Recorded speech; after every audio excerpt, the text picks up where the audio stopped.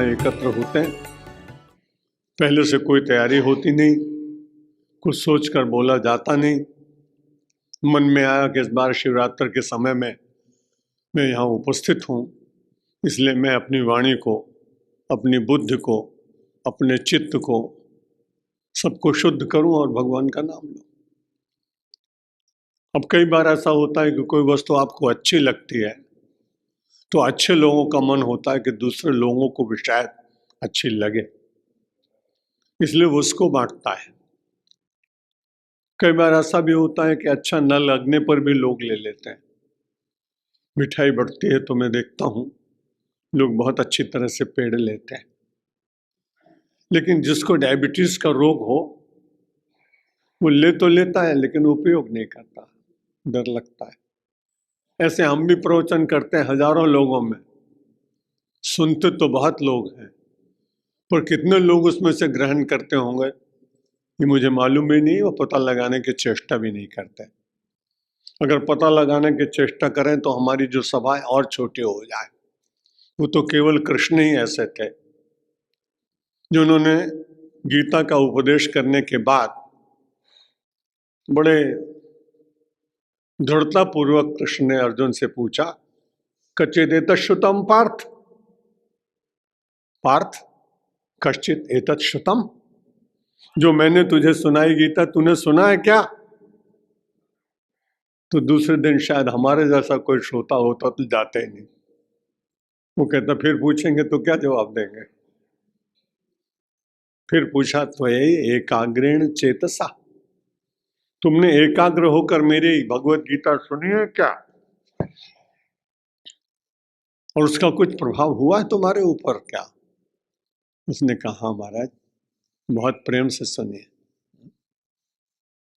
और उसका लाभ हुआ है ये त्वत्प्रसादात् पराम शांतिम। आपने कहा त्वत्प्रसादात् पराम शांतिम अचिरेणाधिगच्छति। गीता का फल यह है कि तुरंत उसको शांति मिलती, अचिरेण, विलंब नहीं लगता है। इसलिए उसने कहा महाराज आपने पूछा कि आपने प्रेम से सुना कि नहीं सुना? तो अर्जुन ने कहा कि महाराज मैंने सुना है। मेरी क्या अवस्था थी मैं जानता हूं, मैं किस स्थान पर पहुंचा हूं ये मैं जानता हूं। और उन्होंने उन सब बातों की चर्चा नहीं करूंगा अभी। तो उसने एक बड़ी अच्छी बात कही कि करिष्ये वचनम तव। विनोबा जी याद आते हैं। विनोबा जी ने भूदान की बड़ी महिमा किसी बड़ी सभा में की, सब लोग बड़े प्रसन्न हुए। किसी ने 2 बीघा, किसी ने 5 बीघा जमीन दी। तो उसने कहा महाराज आपकी बात मुझे बहुत अच्छी लगी, लेकिन मैं दे नहीं पाऊंगा, क्योंकि तो अर्जुन कह सकता था करिष्ये वचनम तव। मैंने तो कहा ही नहीं कि मैं आपका वचन पालन करूंगा, मैंने तो सुनने की बात कही थी, तो हमने सुन लिया। तो हम में से अधिकांश लोग, इतनी कथाएं होती हैं, कितने उछलते हैं लोग, माताएं करताल लेके गाती दिखाई पड़ती हैं। ऐसा लगता है कि हर कथावाचक के सभा में 10-10, 20-20 मीराबाई आ गए। एक मीरा ने पूरे संसार का कल्याण कर दिया। इन कथावाचकों के प्रायोजित बहनें, जिनको ये पहले से कह दिया जाए तुम जरा नाचना, जब कथा का अंत होगा तो मेरे पास आना, अपना पारिश्रमिक ले जाना। तो जैसे राजनीतिक नेताओं की रैलियों में लोग लाए जाते हैं, वैसे आजकल कथावाचक भी पहले से कुछ को तैयार करके रखते हैं कि जब कीर्तन बढ़िया हो तो तुम नाचने लगना करताल लेके। जब प्रसाद लेने आओगे तो मुझे मालूम रहेगा कि कौन आया है, उस प्रसाद के साथ में कुछ अतिरिक्त प्रसाद आपको रोज दिया जाएगा। ये कलिकाल की महिमा है।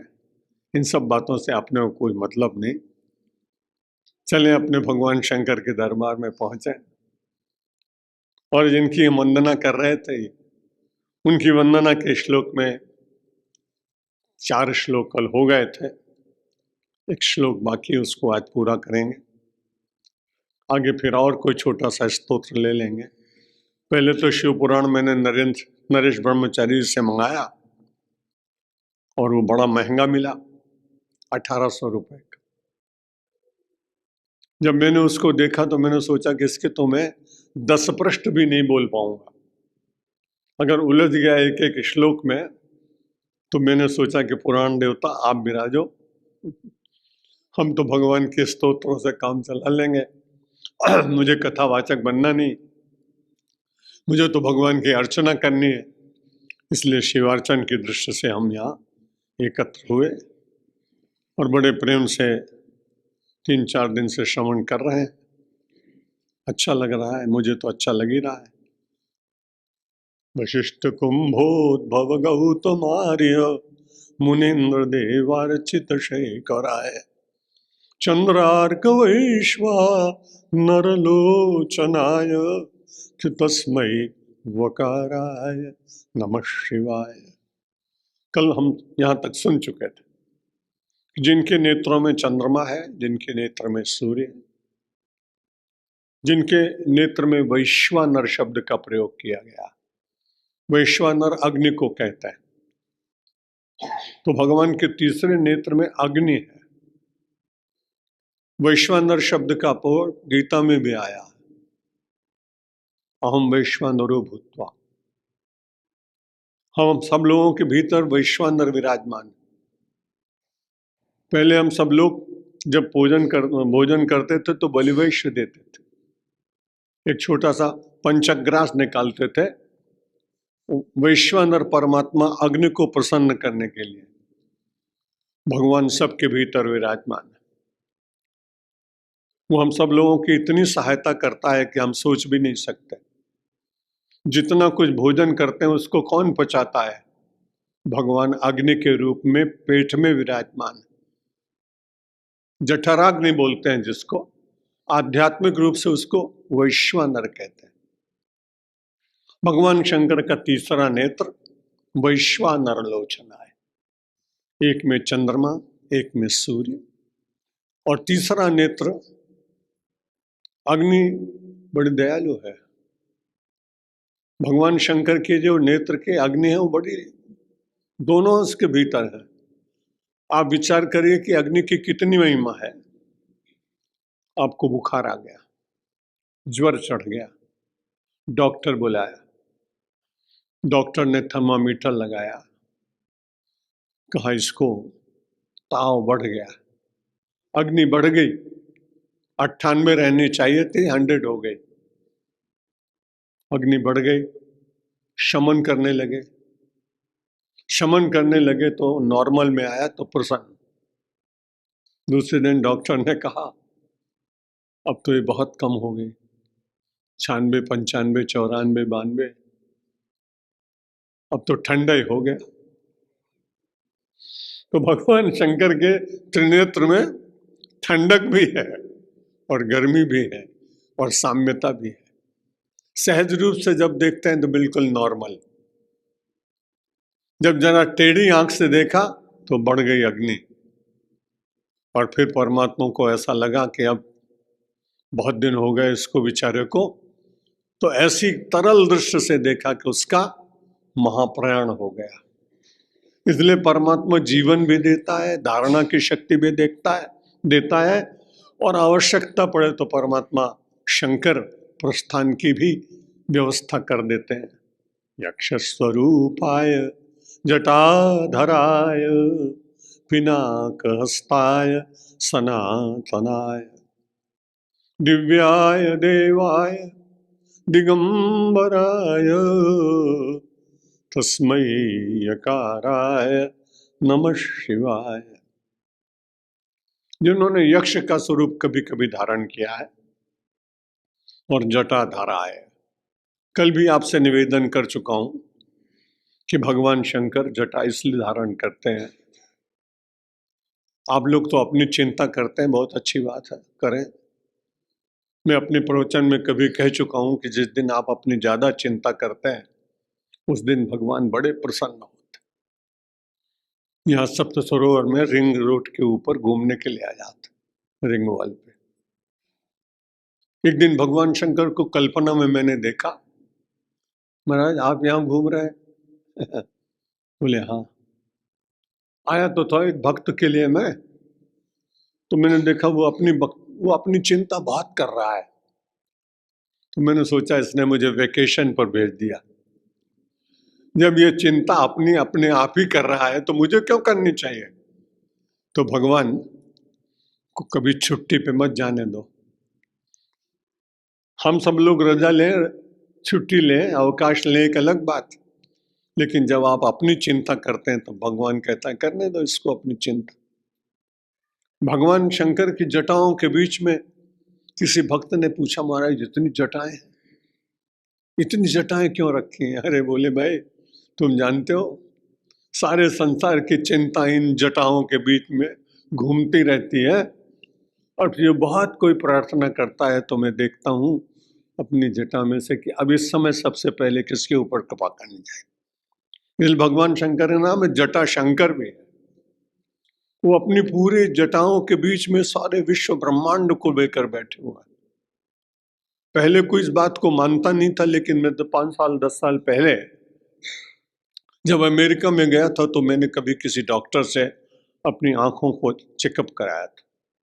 जब दूसरी बार मैं गया तो मैंने कहा कि मेरे पास तो नंबर भी नहीं है और जो आपका प्रिस्क्रिप्शन का कार्ड था वो भी नहीं है। तो वहाँ तो विज्ञान बहुत पहले से आगे बढ़ा हुआ था। हाँ मुझे डेट याद है। तो जब मैंने उनको डेट बताई तो उन्होंने अपने सेक्रेटरी को कहा, जो उनकी मेमोरी का कोई कंप्यूटर होगा उसमें तुरंत उसने देखा और देख के मुझे जितना था मेरा सब बता दिया। तब मुझे ऐसा लगा कि विज्ञान जब लाखों लोगों को अपने भीतर समेट के रखता है चिप्स में, तो भगवान शंकर की जटाओं में तो कितनी चिप्स होंगी। सारे विश्व ब्रह्मांड को वो अपनी जटाओं के बीच में रखता है, और जिसकी बहुत कृपा होती है कृपा कर देते, उलझते रहते लोग। तो भगवान का स्वरूप है यक्ष स्वरूपाय जटाधराय। वो जटा धारण करते हैं। केश और जटा में कल मैं आपको अंतर बता चुका, बैठ जाइए हुए। केश और जटा में अंतर बताया था कल कि केश में व्यक्ति का श्रृंगार होता है, जटा में व्यक्ति की तपश्चर्या होती है। केश में व्यक्ति को मुखाकृति को सुंदर बनाने की इच्छा होती है, और जटा में देहाध्यास टूटता है। सारे अध्यास समाप्त होने पर भी देहाध्यास व्यक्ति का बहुत बड़ी कठिनाई से, किसी पर भगवान की बड़ी कृपा हो तभी ऐसा होता है, लेकिन जब हो जाए तो भगवान का कृपा बात उसको मानना चाहिए। और पिनाक हस्ताय, भगवान शंकर अपने हाथ में पिनाक रखते हैं, धनुष। कहीं उनका चित्र वो दिखाई नहीं पड़ता, लेकिन अगर पिनाक न होता तो एक जगह उन्होंने अपना पिनाक रख दिया, और वो किसको दिया? उन्होंने राजा जनक को दिया था। राजा जनक के ऊपर कृपा करके वो पिनाक भगवान शंकर ने वहां रख दिया। इसका प्रमाण गोस्वामी तुलसीदास जी के रामायण में मिलता है कि वो पिनाक का को भंग किसने किया? राम जी ने किया, अपनी इच्छा से नहीं किया। जब वो बहुत विलाप करने लगे कि मुझे विश्वास हो गया कि धरती में अब कोई क्षत्रिय रहा नहीं तो शंकर का धनुष टूटता और मेरी जानकी का विवाह हो जाता। उस समय लक्ष्मण जी बहुत ही मन में क्रोध में आकर कहते हैं कि आपने कहा कि ऐसा कोई है ही नहीं क्षत्रिय। और भगवान श्री राम की ओर दृष्टि करने के बाद कहते हैं लक्ष्मण जी कि जो रावुर अनुशासन पाओ तो कंदुकैव ब्रह्मांड उठाऊं, काचे घट जिम तो दारऊ तोरे कहो नाथ शंकर। अगली चौपाई उठी नहीं। उन्होंने कहा महाराज ऐसी कृपा करो, आप अगर आदेश करो ना तो जो राउर अनुशासन पाऊं इस शंकर जी की धनुष की दुआ जाने दो, तो ब्रह्मांड उठाऊं, तो आपकी कृपा से पूरे ब्रह्मांड को मैं उठा सकता हूं। और महाराज काटे घट जिम टारों फोरी, मैं इस ब्रह्मांड को जैसे कच्चे घड़े को कोई कुम्हार तोड़ देता है, सको मूर मेलक इव तोरी। जैसे कोई मूली को बीच में से तोड़ देता है ना, वैसे शंकर जी के पिनाक को अभी तोड़ के दिखा देता हूं। तो भगवान राम तो चुपचाप बैठे रहे। विश्वामित्र जी मुस्कुराए। उन्होंने कहा यह काम तुम्हारा नहीं है, जिसके लिए निश्चित किया है वही करेगा। और कैसी विचित्र बात, भगवान जब बहुत सब लोग विनोद बहुत विवश हो गए, रोने लगे, उस धनुष को तोड़ने के लिए फिर बहुत लोग आ गए। पिनाक शब्द है ना, तो पिनाक कितना बड़ा होगा कि भूप सहस दस एक ही बारा, कि उठे चले उठावन टरई न टारा। कितना बड़ा धनुष रहा होगा, या लाइन में लग करके सब लोगों ने बल लगाया होगा, जो भी हो। भूप सहस दस एक ही बारा, एक बार में ही 10,000 राजाओं ने मिलकर शंकर जी के धनुष को उठाने का प्रयत्न किया।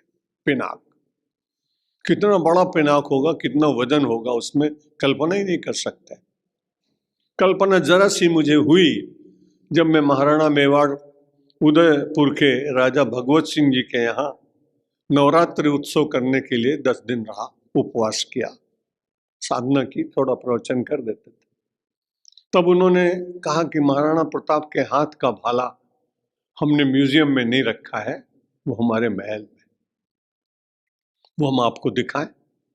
सबको दिखाते नहीं थे। तो वो 26 किलो का था। अब 26 किलो के इतने बड़े भाले को लेकर घोड़े पर बैठना, चेतक पर, और उनके इतने बड़े बड़े ढाल थी, जो गैंडा नाम का पशु होता है, राइनो, उसकी हड्डी और उसके चमड़े से वो बनता है। और वो एक एक ढाल 15-15 किलो की, एक हाथ में ढाल, दूसरे हाथ में भाला। अपने कल्पना भी नहीं कर सकते। जब वो देखा तब गोस्वामी तुलसीदास जी चौपाई सच लगी कि भूप सास दस एक ही बारा, कि लगे उठावन ठरई न ठारा। डगई न शंभु सरासन कैसे, कि कामी वचन सती मन जैसे। भगवान शंकर का वो पिनाक इतने राजा लोग मिलकर उठाने की कोशिश करने, लेकिन वो हट नहीं रहा है, हिल नहीं रहा। डगई न शंभु पिनाक, डगई न शंभु शरासन कैसे। यहां पिनाक के शब्द के लिए शरासन प्रयोग किया। जैसे कोई कामी व्यक्ति किसी सती के मन को विचलित करना चाहे और वो न कर पाए, ठीक इसी प्रकार से शंकर जी के उस पिनाक को कोई हटा नहीं सका। तोड़ने की तो बात है क्या। टरई न टारा, इसमें स्पंदन भी नहीं, हिला भी नहीं। तब उसके बाद में भगवान श्री राम तो चुपचाप बैठे हुए। अब देखा कि जनक इतना बहुत दुखी हो रहा है, तो उन्होंने कहा, उठो राम भंजऊ भव चापू, कि मिटहु तात जनक परिताप। ये शंकर के पिनाक का वर्णन है। गोस्वामी जी महाराज कहते, उठहु राम भंजहु भव चापू। इसके भीतर योग है। जब तक आप चुपचाप बैठे हुए तब तक आपके भीतर कुंडली नहीं जागती। जब योगाभ्यास करते करते आप आत्मा के साथ एकत्र हो जाते हैं, तो संसार रूपी धनुष टूट जाता है और आपको समाधि का आनंद आता है। यानी जनक की सभा में भी भगवान श्री राम ने एक योगी का स्वरूप प्रकट किया आध्यात्मिक दृष्टि से। क्योंकि भगवान को हम व्यापक मानते हैं ना, केवल अयोध्यापति नहीं है वो, राम सच्चिदा नंद दिनेशा, कि नहीं तह मोह निशा लवलेशा। जो आनंद सिंधु सुख राशि, किसी करते त्रैलोक्य सुपासी। परमात्मा की कृपा का एक बिंदु सीकर, अगर किसी को मिल जाए तो पूरा त्रिलोक उसको मिल जाता है। सीकरते त्रैलोक्य सुपासी। भगवान शंकर के उस धनुष को उठाने के लिए पिनाक शब्द आया ना, भगवान पिनाक हंसता है। बहुत बार ऐसा होता है कि हम भी अपने प्रवासी जीवन में बहुत रहे हैं, तो कई 2-4 ऐसी घटनाएं घटी कि किसी व्यक्ति ने मुझको एक नई रुमाल दे दी, हैंकरचीफ रुमाल दे दी। फिर धीरे से कहता है, महाराज ये नई रुमाल आप ले जाओ, और अपने जो प्रसाद है रुमाल वो हमको दे दो, हम पूजा में रखेंगे। तो हमने दे दिया। अब ये बात बाद में समझ में आई रामायण पढ़ते समय, उस पिनाक को लेकर शंकर जी घूम रहे होंगे। राजा जनक के मन में आया कि मेरे देवता इतना बड़ा धनुष लेकर रोज चलते हैं, खूब चरण दबाए, सेवा की, पूजा की। बोला महाराज ये अपना ये जो है पिनाक, ये मुझे प्रसाद में दे दो। और ऑर्डर दानी, जब दान देने लगते तो देखते तो है नहीं। दान देने के कारण तो एक बार ब्रह्मा जी पार्वती जी के पास जाके शिकायत करने लगे कि बावरो रावरो ना भवानी, हे भवानी तेरा पति तो पागल है। बावरो देत नयो नित दान, जिनके भाग्य में नहीं कहीं है सुख की भी निशानी। ब्रह्मा जी कहते हैं कि जिनके भाग्य में मैंने सुख की रेखा ही नहीं लिखी, वो शंकर जी की पूजा करने लगे। पूजा करने लगे तो सारा सुख उनको दे दिया। जब सुख मिल गया तो उसके बाद जब स्वर्ग में गए, इतने लोगों को पहुंचा दिया, तो ब्रह्मा जी कहने लगे कि 3 रंकन को, ऐसे अभागे लोगों को 3 रंकन को नाथ समेटत हो आयो नकवानी, बावरो रावरो ना भवानी। हे पार्वती तेरा पति तो बड़ा पागल है, जिसको देखो उसकी तकदीर बदल देता है, उनको सुख दे देता है। वो पहुंच जाते हैं स्वर्ग में। इंद्र मुझे फोन करता है कि कितने लोगों को भेजोगे यहाँ तो कुर्सी नहीं खाली। मैं कहता हूं भाई मेरी क्या गलती है, मैंने तो उसके भाग्य लिए सुख लिखा नहीं था।